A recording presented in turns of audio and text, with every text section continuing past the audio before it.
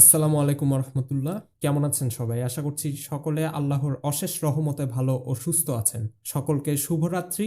Fair arrival episode 2 এ আপনাকে জানাচ্ছি স্বাগতম। আমি সাথে আছি ফাহাদ আকন্দ। আজকে আমাদের কাছে ইমেইলটি পাঠিয়েছেন রংপুর থেকে সাকিল আহমেদ তুর্য নামের এক ভাই। তিনি যেভাবে আমাকে আর কি মেইল করেছেন আমি সেভাবেই আর কি বলছি।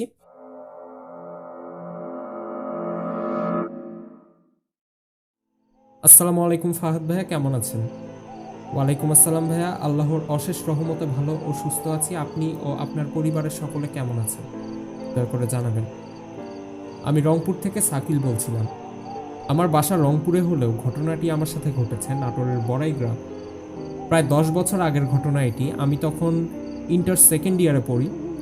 আমার বাবার চাকরির বদলিজনিত কারণে আমাদের চলে যেতে হয় নাটোরে। তখন নাটোরের বড়াই গ্রাম নামক একটি স্থানে আমরা বাসা ভাড়া নেই। ওটা একেবারেই ঘোরগ্রাম বলা চলে। আশেপাশে সেরকম আর কি পাকা বাড়িটারি অতটাও ছিল না। আমরা এমন একটা স্থানে ছিলাম। আর গ্রাম মানে তো বুঝছেনই যে হচ্ছে জনসমাগম একেবারেই কম সন্ধে নামলেই। আমি প্রতিদিন বাবার বাইক নিয়ে বের হতাম কিছু প্রতিবেশী বন্ধুদের সাথে আড্ডা দিতে বা চা খেতে। তো প্রতিদিনের মতন সেদিনও আমি বের হয়েছি। আমার সাফ মনে আছে, দিনটা ছিল জুন মাসের 17 তারিখ। বের হয়েছি বাইক নিয়ে। সেদিন কাউকে সাথে নেইনি, আমি একাই বের হয়েছিলাম। আর আমাদের বাসা থেকে দোকানপাটগুলো দূরেই বলা চলে, এমন একটা স্থানে আমরা ছিলাম। বাজারের দিকে বা দোকানপাটগুলোর দিকে যেতে হলে আমাদের একটি বিশাল কলা বাগান পার হয়ে যেতে হয় বাসা থেকে। আমি বাইক নিয়ে দিয়েছি টান।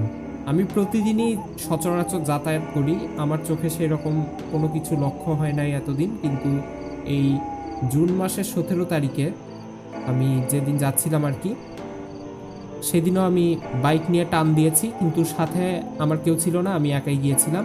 আমার মা আমাকে 1 কেজি লবণ আনতে পাঠিয়েছিল। তো আমি বাইক নিয়ে দিলাম টান, কিন্তু কলা বাগানের কাছে যেতেই হঠাৎ আমি অর্থাৎ আমার বাইকটা আর কি স্টার্ট বন্ধ হয়ে যায় অটোমেটিক, যার ফলে আমি সাথে সাথে ব্রেক করি। কিন্তু কলা বাগানের সামনেই ব্রেকটা একদম এক্স্যাক্ট কলা বাগানের সামনেই আমার বাইকটা আর কি ব্রেক হয়ে যায়। পরে আশেপাশে কোনো বাড়িঘর জনমানব কিছুই নেই, খালি জঙ্গল আর কলা বাগান ছাড়া। আমি নামলাম বাইক থেকে, নেমে চেক করে দেখি সবই তো ঠিকঠাক। পরে আর দেখি আমার আমার আর কি ছোটোবেলা থেকে স্বপ্ন যে গাড়ি এবং হচ্ছে বাইক বিষয়ক মেকানিক্যাল জিনিস নিয়ে অনেক ঘাটাঘাটি করা। তখন থেকেই আস্তে আস্তে আর কি অভ্যেসটা হয়ে যাচ্ছিল আমার। তো এরকম অভিজ্ঞতা অর্জন করতে করতে আমি বাইকের সব কিছু আর কি জেনে যাই। এবং সেদিন আমি চেক করে দেখছি যে আমার বাইকের কিছুই হয় না। বাইক ছিল আমার কাছে এক প্রকার ইমোশন বলা যায়। তো যাই হোক, আমার চোখ হঠাৎ চলে যায় কলা বাগানের দিকে। দেখি হঠাৎ আগুন জ্বলে উঠলো সামনের গাছগুলোতে, অথচ আমি সামনে থেকে স্পষ্ট দেখতে পাচ্ছি কোনো মানুষ নেই। তারপর শুরু হলো আরেক সমস্যা। আগুন জ্বলছে, আবার কয়েক সেকেন্ড পর পর নিভে গিয়ে আবার পুনরায় জ্বলে উঠছে। এটা দেখার পর আমি ভয় পেয়ে আজান দেওয়া শুরু করলাম। দেখি আগুন নেই, আলহামদুলিল্লাহ। বাইকও স্টার্ট নিয়েছে। আমি কোনো দিকে না তাকিয়ে বাসার দিকে যেতে লাগলাম। রাস্তা যেহেতু একদম ফাঁকা, আমি গাড়ির স্পিড বাড়াতে থাকলাম। আমার গাড়ির স্পিড মিটারে শো করছে 85, কিন্তু আমার কাছে মনে হচ্ছে পিচ থেকে কি যেন একটা টেনে ধরছে বারবার। আমি বারবার আয়াতুল কুরসি পাঠ করছি কাঁপা কাঁপা গলায়, এবং আমার গা হাত পা তখন আর কি একটু ভারী হতে শুরু করে।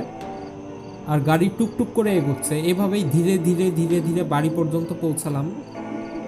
আল্লাহর কাছে অশেষ শুকরিয়া যে ওরা বড় কোনো ক্ষতি করে দেয়নি আমার।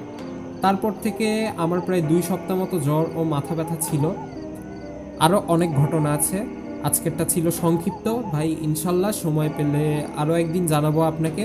আমার সালাম নেবেন। তো ভাইয়া আর কি যেভাবে বললেন, আসলে ঘটনাটি অনেক রোমাঞ্চকর। যারা এসব অভিজ্ঞতার সম্মুখীন হয় একমাত্র তারাই জানে। তো আজকে এই পর্যন্তই ছিল।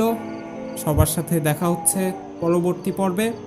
এ পর্যন্ত সকলে ভালো থাকুন, সুস্থ থাকুন। আর হ্যাঁ, আরেকটি কথা, আপনার সাথে ঘটে যাওয়া কোনো সত্য ভৌতিক ঘটনা থাকলে আমাদেরকে কমেন্ট বক্সে বা ডেসক্রিপশন বক্সে দেওয়া ইমেইলে ক্লিক করে আপনি আমাদেরকে মেইল করে পাঠিয়ে দিতে পারেন। ধন্যবাদ।